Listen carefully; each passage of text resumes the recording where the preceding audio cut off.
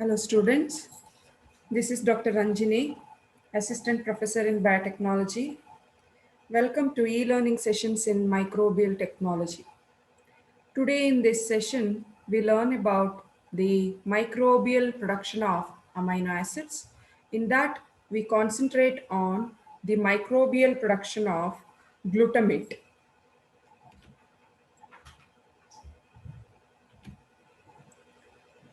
Glutamate, otherwise called as glutamic acid, was first time discovered in 1908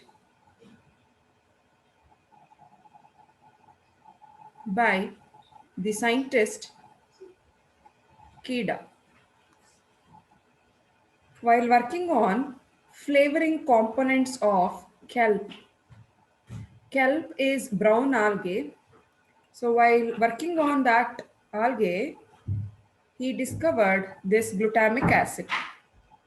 After acid hydrolysis and fractionalization of kelp, further by neutralization with caustic soda, he identified this glutamic acid. These treatments enhance the taste of kelp. This was the birth of, that is the use of monosodium glutamate, that is MSG, what we read on certain food product packages, MSG, that is monosodium glutamate, as flavor enhancing compound.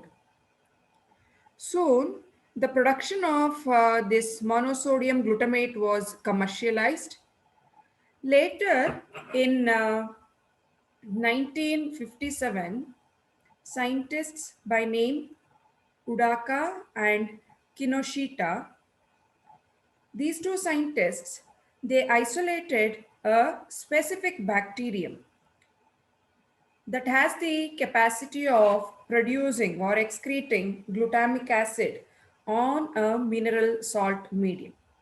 When this Corynebacterium glutamicum was grown on the mineral salt medium, these two scientists identified the production of this glutamic acid. It could also be discovered that the isolated bacterium required biotin for the secretion of glutamic acid.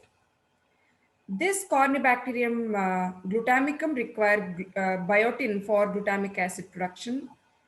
This is a gram-positive bacterium which will produce glutamate. Later, the production of glutamic acid by Corynebacterium glutamicum was boosted up. This is the table which shows some important amino acids commercially produced by variety of microorganisms for variety of uses. For example, L-glutamate, which will be produced by fermentation, is used as flavor enhancer. Similarly, L-lysine, which is produced by fermentation, will be used as food additive. Methionine and aspartate, these two amino acids are produced by chemical synthesis, are also used as food additives. Phenylalanine, which is produced by microorganism by fermentation, it is used in aspartame. Threonine is food additive. Glycine is used as food additive as well as sweetener. Arginine and leucine, these two are produced by fermentation as well as by extraction. These two are prepared and they are having pharmaceutical applications. Valine, which will be produced by fermentation, it is used as pesticide and also has some pharmaceutical importance. Tryptophan and isoleucine are having some pharmaceutical importance. So these amino acids are primary metabolites. They have the wide range of applications and they can be produced by the microorganism. In addition to that, they can also be synthesized chemical. Next, we'll move on to the production of L-glutamate. In the earlier slide, it has been mentioned that L-glutamate was the first amino acid to be produced and commercialized. E. coli and Bacillus subtilis. E. coli and Bacillus subtilis are also reported to secrete glutamic acid, that is L-glutamate. However, this Corynebacterium glutamicum is still used for its successful production. If you see the metabolic pathway for the production of L-glutamate, the generation of the precursors or metabolites and reduced pyridine nucleotides, Corynebacterium glutamicum utilizes the important metabolic pathways like glycolysis, pentose phosphate pathway, and citric acid cycle. So, for the precursor for the synthesis of the glutamate in the Corynebacterium glutamicum are the byproducts or the different intermediates of glycolysis, pentose phosphate pathway, and another one is citric acid cycle. Glutamic acid is directly derived from alpha keto glutaric acid or alpha keto glutarate. So maintaining the citric acid cycle or high amount of the alpha ketoglutarate is prerequisite for the production of glutamic acid or glutamate. Corynebacterium glutamate secretes Corynebacterium glutamicum secretes pyruvate dehydrogenase, which shuffles the acetyl CoA. But the two other enzymes, pyruvate carboxylase and the another one is phosphoenol pyruvate carboxylase, supply oxaloacetate.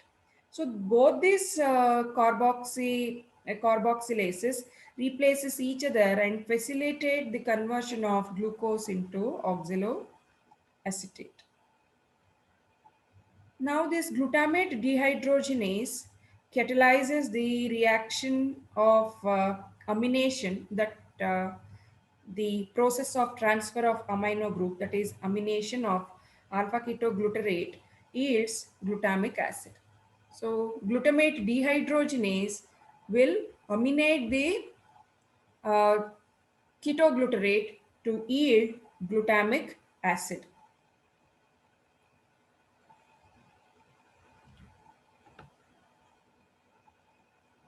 If you see the production strains,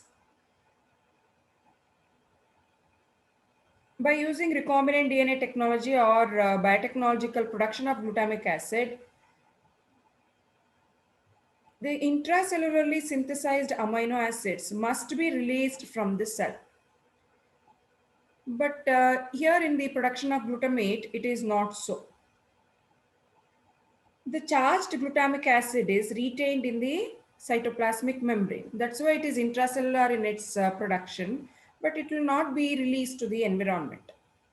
If it is not retained in the cell membrane, the cell will not remain viable. So the presence of the glutamate is very important for maintaining the intact structure of the cell. But this glutamate production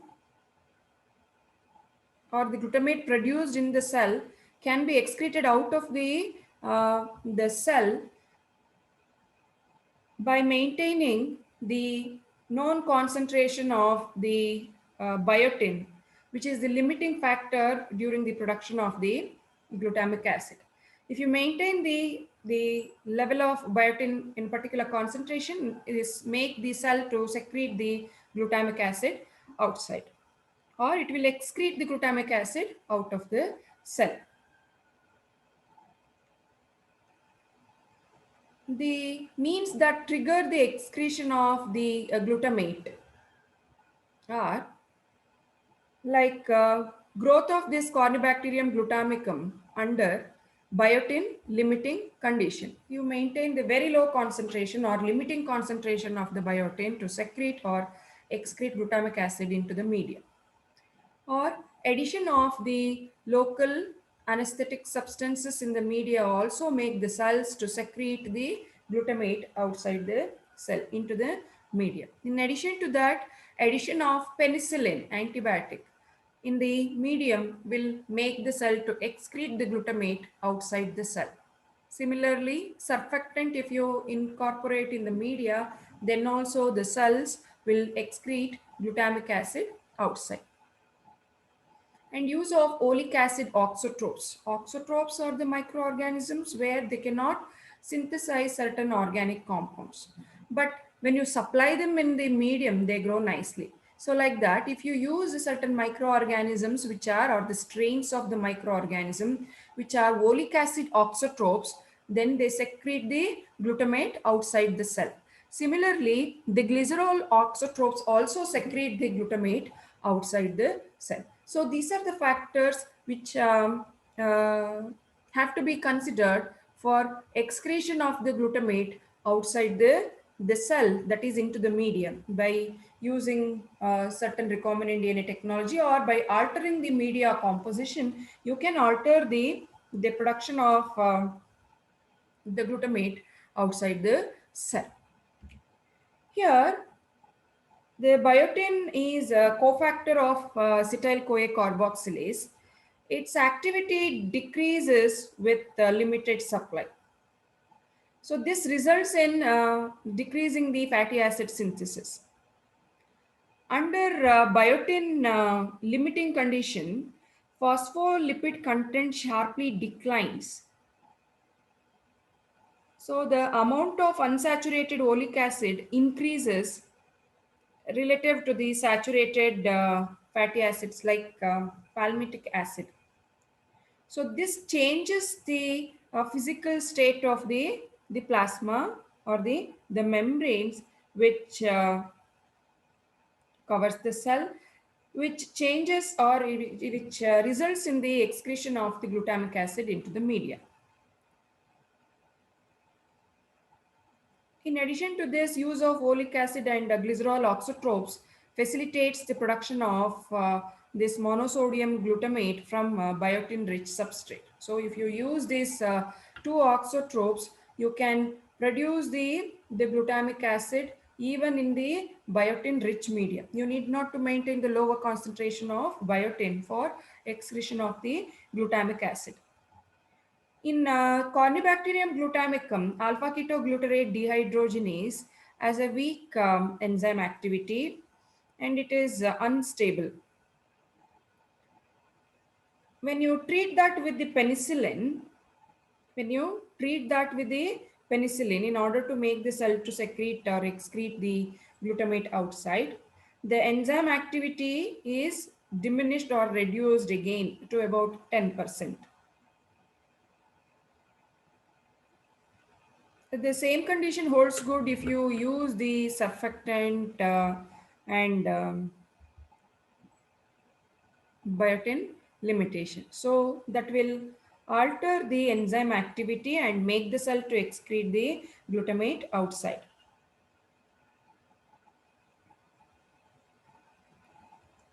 Due to the lowering the activity of alpha ketoglutarate dehydrogenase, excess amount of alpha ketoglutarate is not converted to the succinyl CoA. This favors the conversion of alpha ketoglutarate to glutamate by combining with the amino group. So you reduce the activity of alpha ketoglutarate dehydrogenase and make the cell to have the big pool of higher concentration of alpha ketoglutarate that will drive the reaction of citric acid cycle to the synthesis of L-glutamate. In commercial production, usually the strains of the Corynebacterium glutamicum are grown in the fermenter and optimum pH, dissolved oxygen and ammonium concentration are maintained. Here, the conversion of this sugar to glutamate. During this period, ammonium concentration is necessary. But if you maintain the higher concentration of ammonium salts, it will inhibit the activity. Therefore, in the initial stages of the fermentation, low amount of ammonium is added, and along with that, a surfactant like 2,80 is added to control the onset of excretion of glutamate. On the basis of the glucose concentration, 60 to 70% glutamate is produced. When the fermentation is over, broth contains glutamate in the form of ammonium salt. Later, this glutamate is separated through downstream processing, and it will be eluted in the form of sodium salt by treating with alkali, that is sodium hydroxide. It will be eluted in the form of monosodium glutamate. Later, it will be crystallized directly, and it is used in appropriate concentration prescribed by FDA as a taste enhancing substance. This is how the glutamate will be produced. So the secretion of the glutamate outside the cell make the process very easier for isolation and crystallization. So in this session, we learned about the introduction about the microbial production of amino acids, and we concentrated on the glutamate production. I hope you understood this session. Thank you.